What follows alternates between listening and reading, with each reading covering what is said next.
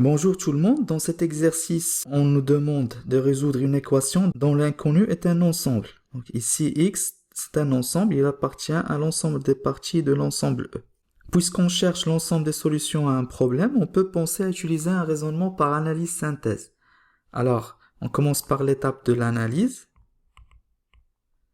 Et dans cette étape, on va supposer que le problème en question admet une solution X et on doit trouver des conditions nécessaires vérifiées par cette solution.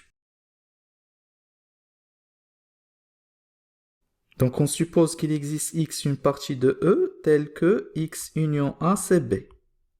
Tout d'abord, la première remarque, c'est que A est inclus dans X union A puisqu'on a la réunion ici. Donc A est inclus dans B. Donc ça, c'est la première condition nécessaire. Donc, A inclus dans B. Et je vais encadrer ça et noter c'est la condition nécessaire numéro 1. Bien sûr, cette condition nécessaire à elle seule ne peut pas être suffisante. Donc, on doit développer davantage notre raisonnement pour trouver d'autres conditions nécessaires. Alors, on va chercher une expression vérifiée par X. Et déjà, puisqu'on a ici X union A, on doit faire apparaître l'expression X union A. Donc, je vais écrire X égale à X union quelque chose. Donc, je peux écrire X égale à X union l'ensemble vide. Et on sait que l'ensemble vide, c'est A inter le complémentaire de A. On peut utiliser ensuite la distributivité de la réunion par rapport à l'intersection. Donc, c'est X union A inter X union A bar. Donc, ça, d'après ça, c'est B. Donc, c'est B inter. Et pour ce terme-là, on va le noter Y. Donc, ça va faire B inter Y. Alors, puisqu'on a la réunion ici, on a A bar est inclus dans cette réunion. Donc, la condition ici, c'est avec A bar est inclus dans Y, et bien sûr, Y, c'est une partie de E.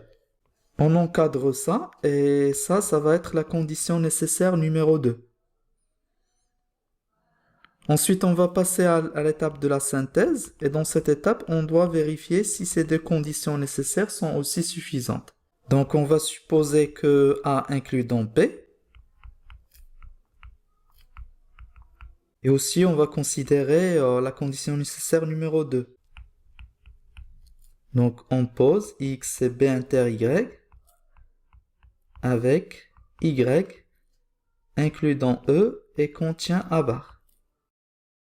Après, il faut vérifier cette équation. Donc, on va calculer X union A et on va voir si ça va donner B. On vient de poser X c'est B inter Y. On va utiliser la distributivité de la réunion par rapport à l'intersection. Donc, c'est B union A inter Y union A. Puisque A est inclus dans B, donc B union A, ça va être égal à B. Ça, c'est B. Maintenant, pour Y union A, on va faire un petit schéma. J'ai l'ensemble E ici.